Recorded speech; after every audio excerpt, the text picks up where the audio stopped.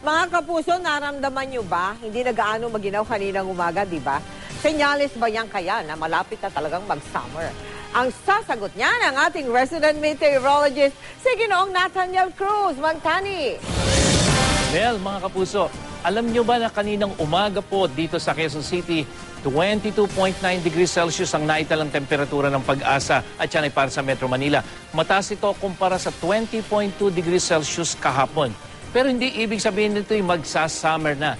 Ang bahagyang pagtaas ng temperatura ay dala po ng panandali ang paghina ng hanging amihan. Pero sa susunod na linggo, inaasahang lalakas muli ang hanging amihan kaya magiging maginaw muli ang ating mga umaga. Ngayong weekend naman dito sa Metro Manila, magiging maulap at malaki nga po ang tsansa ng pagulan, lalo na bukas araw ng Sabado. Apektado na kasi ang Metro Manila, pati na yung silangang bahagi ng Luzon ng tinatawag nating tail end ng cold front. At yan po ay ayon sa Pag-asa. Kaya asahang uulanin ng mahina hanggang katamtaman ang maraming lugar sa Luzon, kasama na ang Cagayan Valley, pati na ang gitnang Luzon, Ilocos Region hanggang sa Cordillera Administrative Region.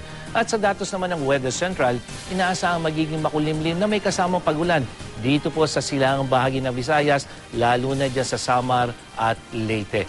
Maaliwalas na weekend naman ang babati sa mga taga Mindanao, bagamat ayon sa Pag-asa, may mararanasan pa rin mahinang pagulan, lalo na po sa Davao Oriental at dyan sa Compostela Valley.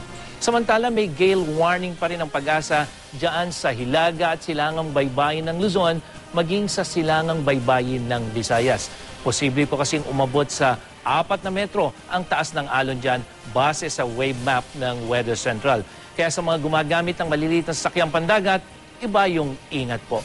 Yan ang ating ulat panahon. Ako po si Nathaniel Cruz para sa I Am Ready, serbisyong totoo ng GMA News. Happy weekend, Mang Tani!